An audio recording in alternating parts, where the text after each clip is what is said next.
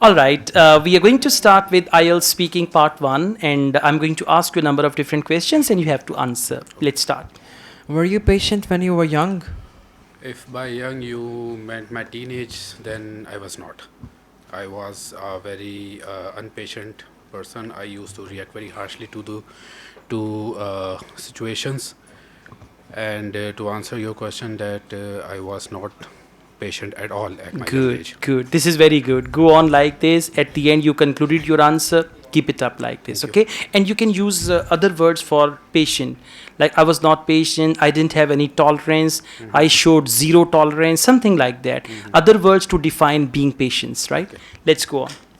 How do you feel about impatient people?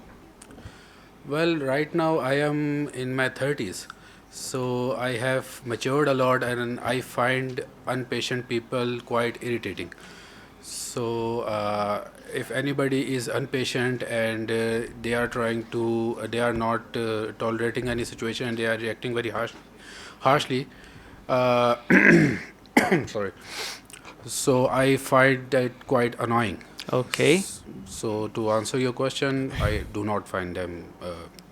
I do not feel comfortable with them. All right.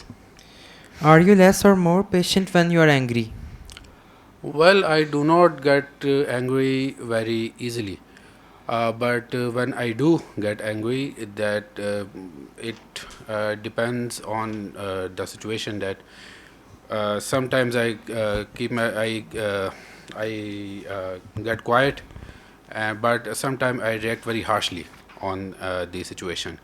So it depends on the situation that I am impatient or not.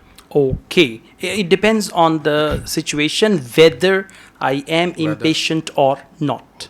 That's good. Overall, it's fine. Keep it up like this. Your answers are very good, and the way you're speaking in a relaxed way, this is good. Try to sound natural and try to speak fluently. Now, Okay. fluency doesn't mean you need to speak fast.